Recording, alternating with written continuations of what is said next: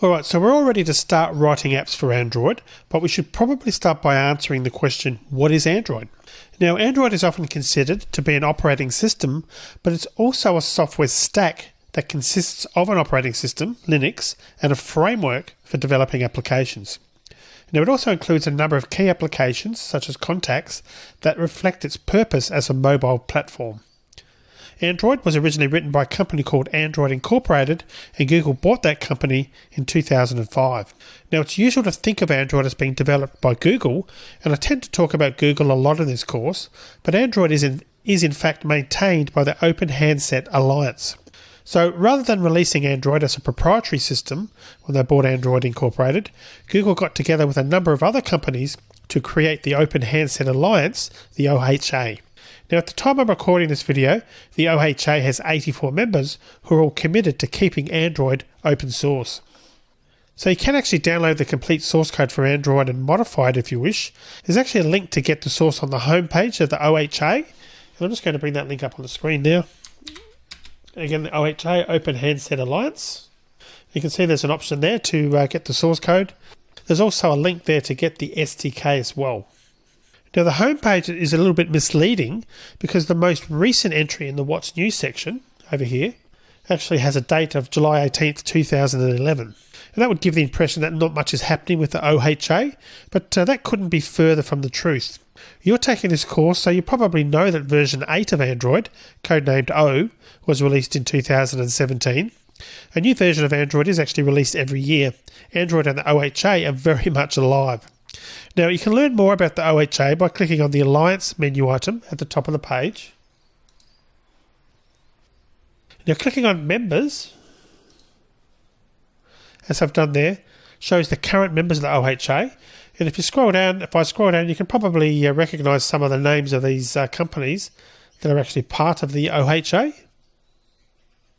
And there's different categories here as well. We chose the default is mobile operators, handset manufacturers. Some household names there for sure.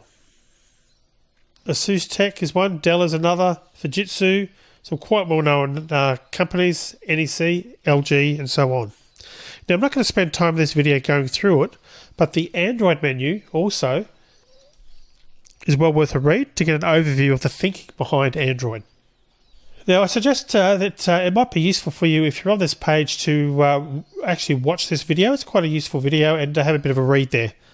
Alright, so let's have a quick look now at Android to see some of the things that we're going to be looking at getting our apps to do.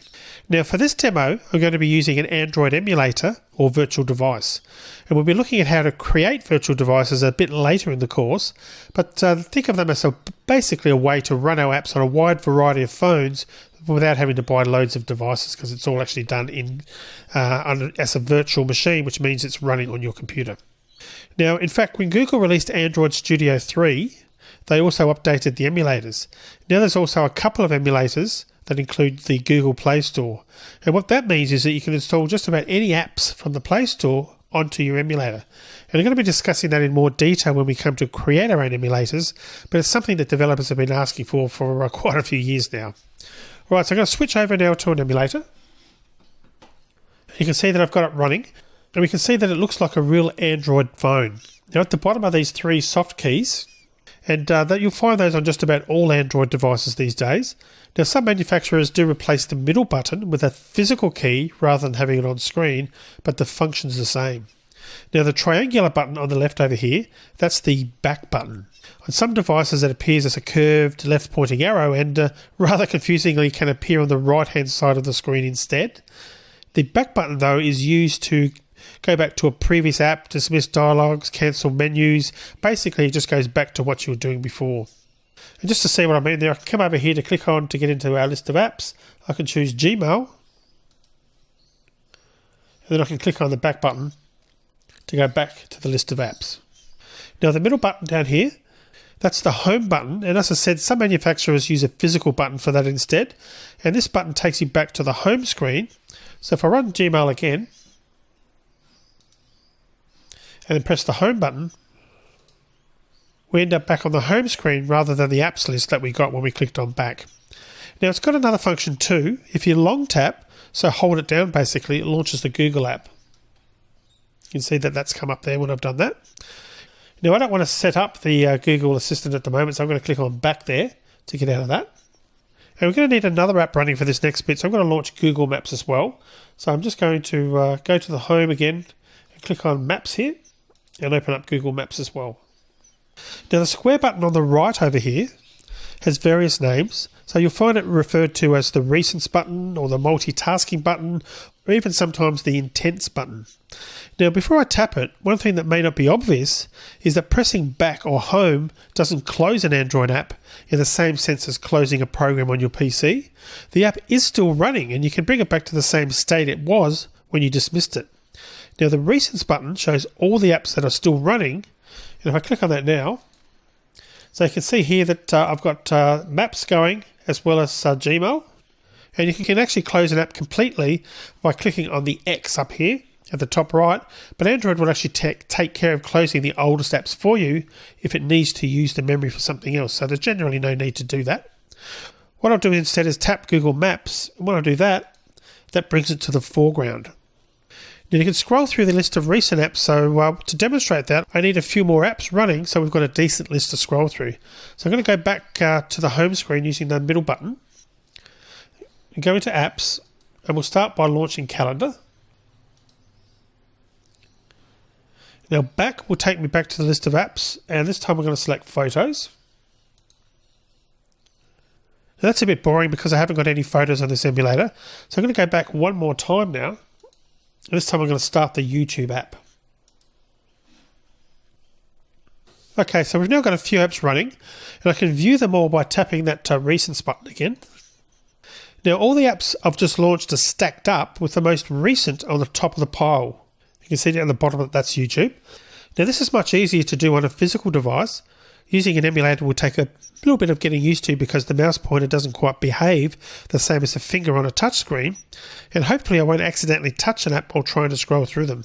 But the way to scroll through them is to hold the mouse button down while moving the mouse to simulate a finger dragging. So if I do that, you can see here that I can actually move down and change the list of apps as I scroll down, or scroll up for that matter. Getting the different apps as I do that. So basically it's simulating a finger dragging on the phone's touchscreen. Now you saw that when I was dragging the recent apps and move off the bottom of the screen to reveal the older ones. Like so. So I can start down there, then as I scroll up, you can see photos is coming up, YouTube, and so on. Now the Linux kernel allows multitasking, and Android's built on top of the Linux kernel. So an Android phone is a multitasking computer, and you can actually have several apps running at the same time, which we're doing here. And this can be very useful if you need to do something like checking your calendar while talking on the phone, for example. And in fact, we can simulate that. If I select Gmail from the list of apps, so I scroll down, click on Gmail. So next I'm going to phone my emulator. Now at the bottom of the side menu over here is this ellipsis, 3 dots. If I click on that, that brings up an extended controls, which I'll just move over so we can see the screen as well. And this menu lets you play around with things like location and text messages. Now the phone option in the left pane over here, I click on that. That allows me to send SMS messages to the phone, and you can also simulate an incoming phone call using the call phone button. And you can even enter different phone numbers to build up a phone log, which can be useful if you're testing an app that works with the phone log. Now on this Nexus emulator, that causes a message to drop down so that I can answer the call. So let's just do that. Call device. And you can see that's popped up there.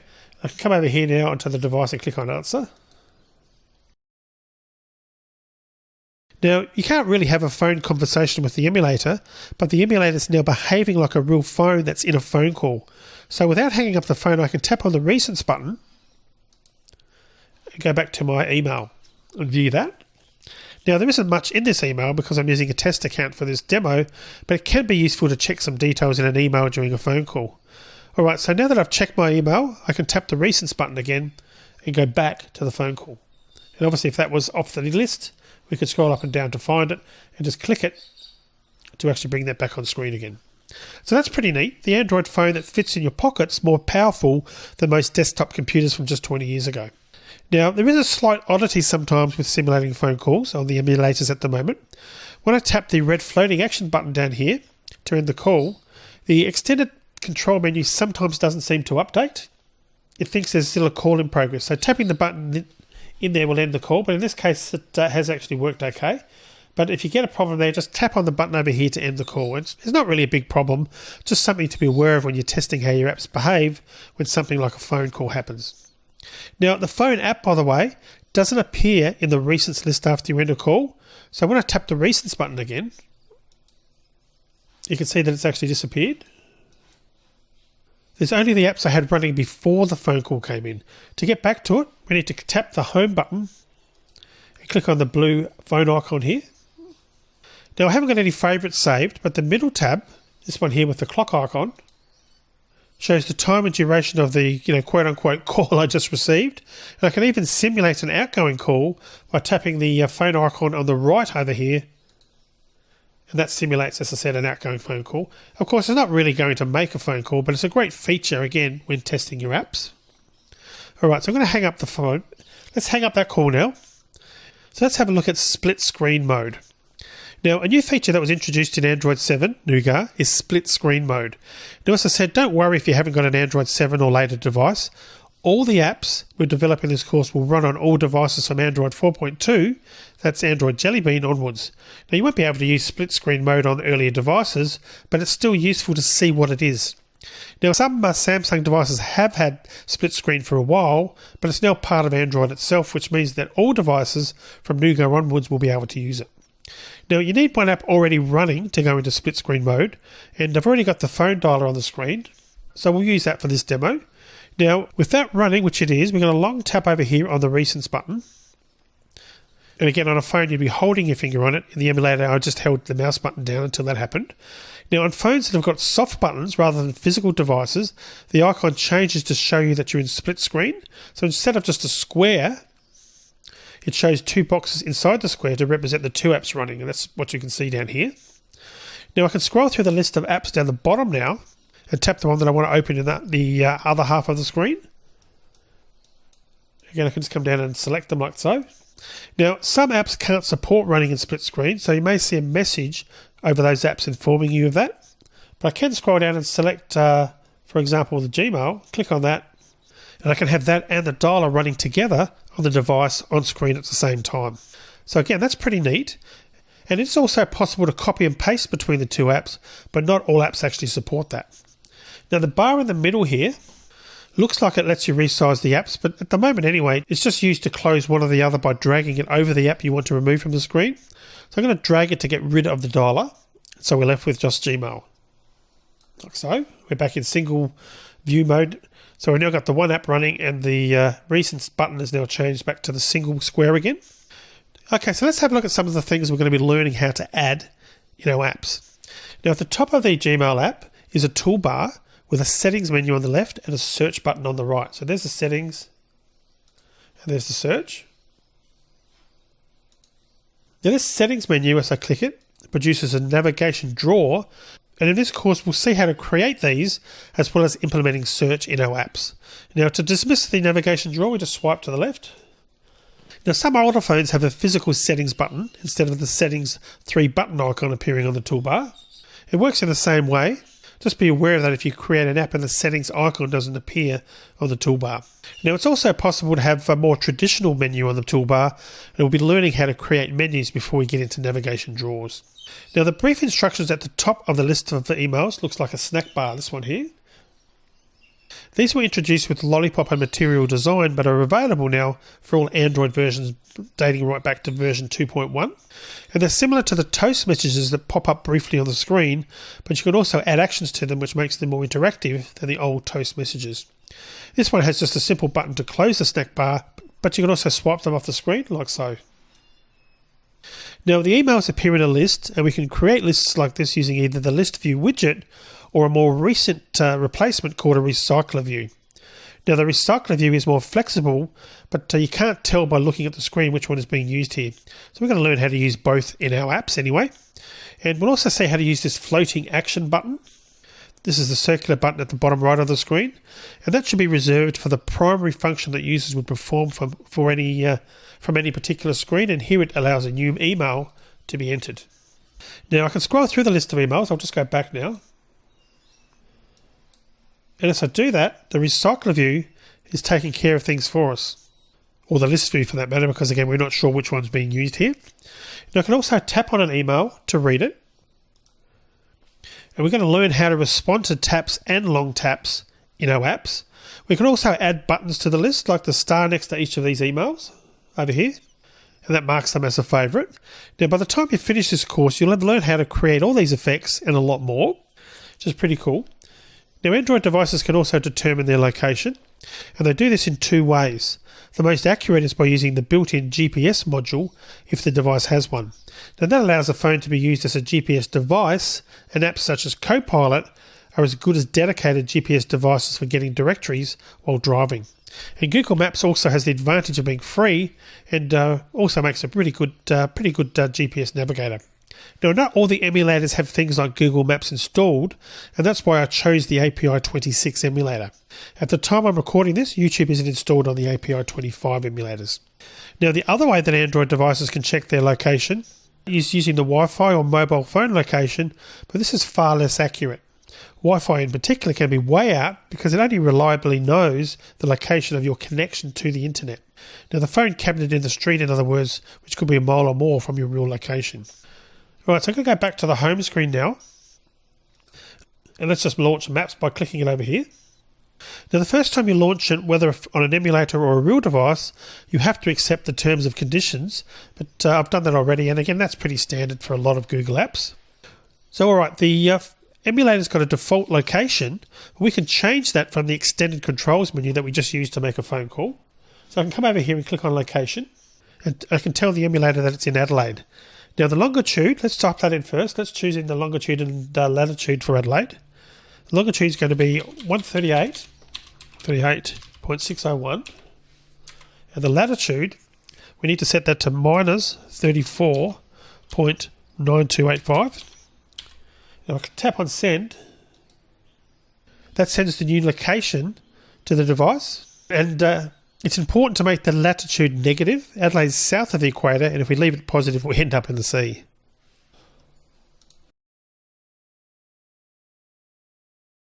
And as you can see, when I did that, it automatically went to Adelaide when I actually updated the latitude and longitude.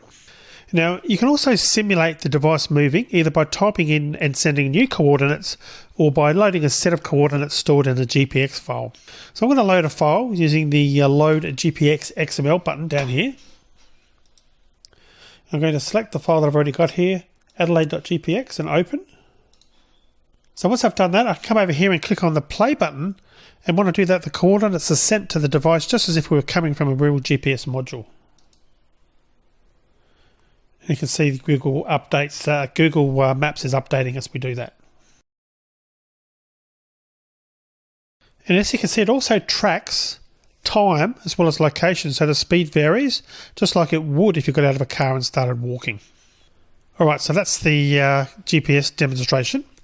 And basically that's a quick demonstration of how Android apps work and interact with the Android operating system.